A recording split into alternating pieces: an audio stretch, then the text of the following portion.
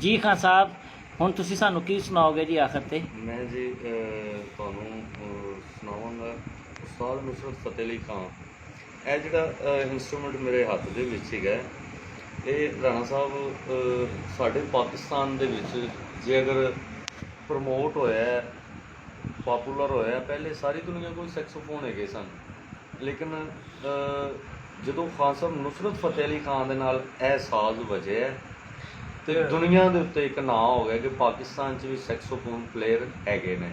ਨਹੀਂ ਤੇ ਆਮ ਰੂਟੀਨ ਦੇ ਵਿੱਚ ਜ਼ਿਆਦਾਤਰ ਬਰਾਸ ਬੈਂਡ ਵਾਲੇ ਲੋਕ ਨੇ। ਇਹ ਉਹਨਾਂ ਦੇ ਕਿਹੜੇ ਖਾਸ ਜਿਹੜਾ ਕਵਾਲੀ ਜਾਂ ਸਭ ਗਾਣੇ ਤੋਂ ਪਹਿਲੇ ਇਹਨਾਂ ਦੀ ਕਵਾਲੀ ਆਈ ਦਮ ਮਸਤ ਕਲੰਦਰ। ਜੀ ਜੀ ਜੀ ਜੀ। ਉਹਦੇ ਵਿੱਚ ਮੇਰੇ ਉਸਤਾਦ ਜੀ ਨੇ, ਉਸਤਾਦ ਰਾਸ਼ਿਦ ਅਲੀ ਸਾਹਿਬ, ਮਾਸ਼ਾਅੱਲਾ, ਜਿਨ੍ਹਾਂ ਦਾ ਮੈਂ ਸ਼ਾਗਿਰਦ ਹਾਂ। ਮਾਸ਼ਾਅੱਲਾ, ਠੀਕ ਹੈ।